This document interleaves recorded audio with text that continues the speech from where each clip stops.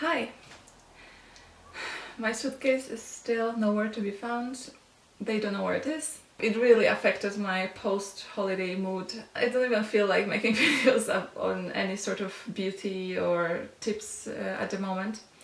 But instead I thought I will record you something that you may not know about me. Maybe you'll hear something that you need to hear, and maybe the reason my suitcase is gone is for me to make this video that otherwise I would probably not make. Many of you tell me that you can see the kindness and softness in my voice, and not just the voice, just generally when you watch my videos. It wasn't always like this. A few years ago I was a very different person. When I was a teenager, my family broke apart. My parents separated in a very bad situation. I lost the ground under my feet. Completely lost all this support, security, safety. I've decided I'm gonna be tough. So I didn't cry, I didn't really talk about it to anybody. I've just decided I'm gonna go through it and nothing will stop me. So basically I've built huge walls around me in order to cope with environment like that. I've just had to desensify myself, otherwise I think I would just go crazy. I've left to the UK. I was able to have a normal life on the outside. In a sense, I would finish uni, I would find a job easily, I would travel. When someone would look at me, would think, oh, she's got it all together. But inside I was a mess. I wouldn't let anyone in. Even I couldn't talk about my feelings. I was a difficult person, and many times I'm sure someone would say rude or I don't know, just not nice, because I wasn't able to to face and deal with life situations that a lot of people, it's normal for them to, if you have a problem you talk about it. I didn't have that ability. You know, I can tell you from my own experience that if someone gets angry or annoyed at anything around them, it really is nothing to do with anything around them. It's something to do with what they've got inside. Also, when someone is not nice to others and rude, there is a deeper reason for it, and for sure that person is unhappy. I know it because these days when I managed to clear that space, you know, the basement of myself, my foundations out, there's very little that throws me out of balance or makes me angry. I was probably around 25 when the walls that I built started breaking down, and by no means that was any pleasurable experience. I had to be shaken properly, because I don't know if I would ever come to these conclusions by myself had I not been forced to get to these conclusions. The situation in life started shifting, people started shifting out from my life, close relationships would broke down. I was terrified to be alone. I've get to the point when I was so empty. I didn't know how to fill my own tank. I was unhappy, I was angry, I was frustrated, I was emotional only when I really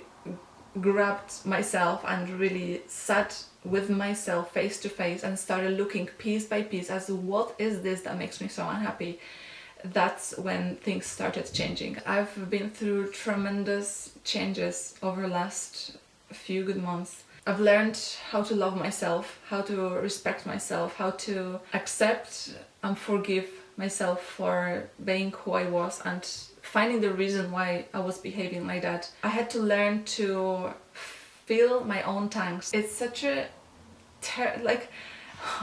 unspeakable difference from having cleared yourself, and once you've done this and you see everything around you, it's cleaning as well. So, you know, I've heard thousands of times that once when you want to change the world, you need to start from yourself, and only when you know, resolve everything in you, reality start to change.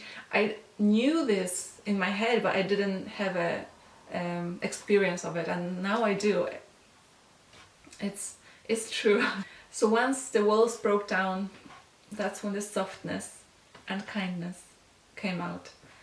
This is the most true, authentic and natural I have ever been. I feel like I'm almost naked standing here in front of you because there is like no walls at all. I was so into positive thinking, all of these affirmations for a long time. That was the time when I couldn't name and acknowledge the negative feelings, and I found they are bad and it's just unacceptable. These days I've understood the most freeing thing that we could be is to be authentic, because you know, life naturally has a upwarding flow. Life is positive in itself and it will bring you positive, but it is so important to acknowledge all the feelings. All of these feelings are beautiful, starting with despair. I know a lot of people, or depression, they don't think it's worth acknowledging, but I think this is the first step in order to heal, to see, to call it by the name.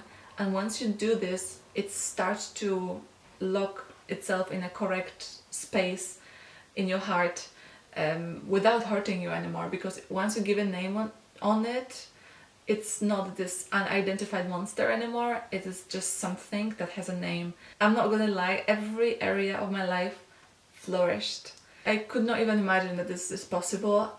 Life is supposed to be a constant feeling of gentle contentment, happiness and joy. When you learn to fill yourself up and love yourself, you have the ability to set the boundaries, because the fullness and your self-love sets that boundaries.